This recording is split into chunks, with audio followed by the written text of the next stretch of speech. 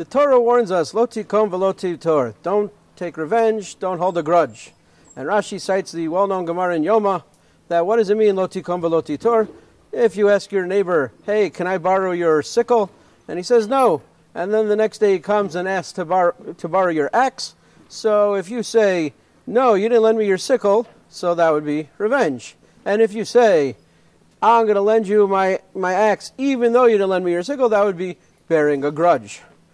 But I recently completed studying the Bechor Shor. I added over 100 entries to my website, vortfinder.com, of the Bechor Shor. And Bechor Shor asks a very interesting question. He says, wait a minute, why the big focus on me? My friend didn't lend me his sickle. And all it's talking about is that I should lend him my axe without telling him anything, without reminding him anything, or I should be sure to do it. What about my friend? How come he didn't lend me his sickle? Does the Torah have no issue with what he did? How come the whole focus is on me here? That's the Bechor Shor's question. And the Bechor Shor answers that, you know what? Sometimes people do have a legitimate reason why they don't want to lend you something. Off the top of my head, I could come up with 10, 20. Maybe last time he lent you something, you gave it back broken. Maybe this is his favorite one. Maybe it got signed by the Queen of England and it has sentimental value to him. Maybe he needs it for work tomorrow and he's worried he won't have it. Whatever, there could be a myriad of reasons. So many reasons, and many of them legitimate. And maybe he's being a little bit stingy. Maybe it's not the most legitimate reason. But clearly, this guy has his reason not to lend you his sickle.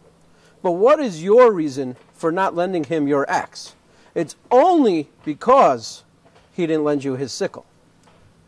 Meaning, you would lend this axe. You don't have all those other reasons. It doesn't have sentimental value to you. You're not worried about it tomorrow. All those other reasons that we came up with for why he didn't lend you his sickle, you don't have regarding your axe. The only reason you're not lending your axe is out of spite, is because you're being petty. And that's wrong.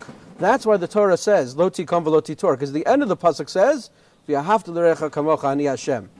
Remember, love your friend like yourself. Ani Hashem, I'm Hashem. Why?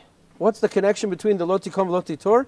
Since the only reason you don't want to lend him your axe is because he didn't lend you your sickle, so that little bit of animosity you have to him right now for not lending you his sickle, get over it.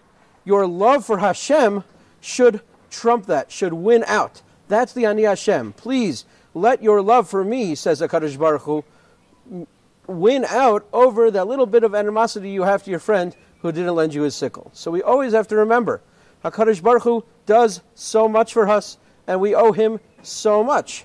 And yes, therefore, when one of our friends wrongs us, did something wrong, didn't lend us his sickle, we should focus instead of our love for HaKadosh Baruch Hu, and let that focus allow us to treat our friend the way we would want to be treated. V'ahavta l'recha kamocha.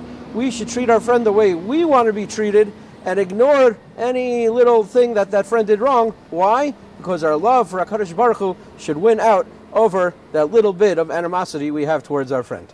Shkach.